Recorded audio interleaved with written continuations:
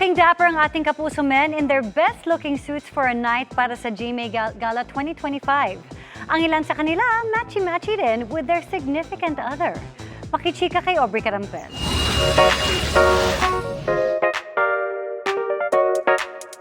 Wearing an old rose suit and black bow tie by Anthony Ramirez, lumutang ang classic charm ni pabansang Ginoo David Licauco sa GMA Gala 2025 nito lang weekend. No wonder, siya ang itinanghal na best-dressed male of the night.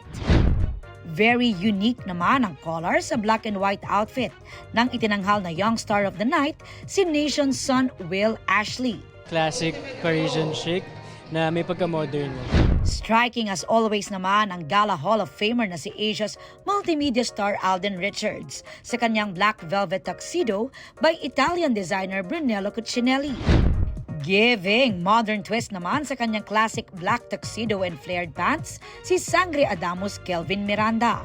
Smooth ding na iramba ni Martin Del Rosario ang kanyang look with collaboration sa designer na si Nat Manilag. We decided na classic mixed with retro.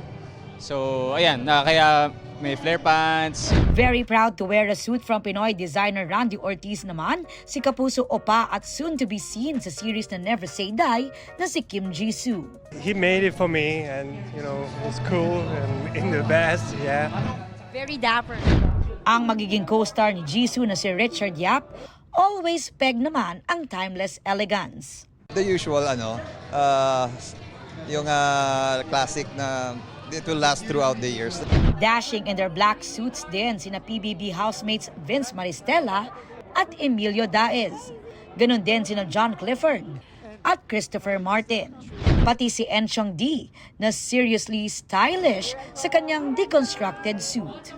Lutang naman ang gold accent sa suit ni Beauty Empire star Sam Concepcion. Marami rin ang pumili ng color white as their outfit for the night, tulad ni Rojan Cruz, Anthony Constantino, Jay Ortega.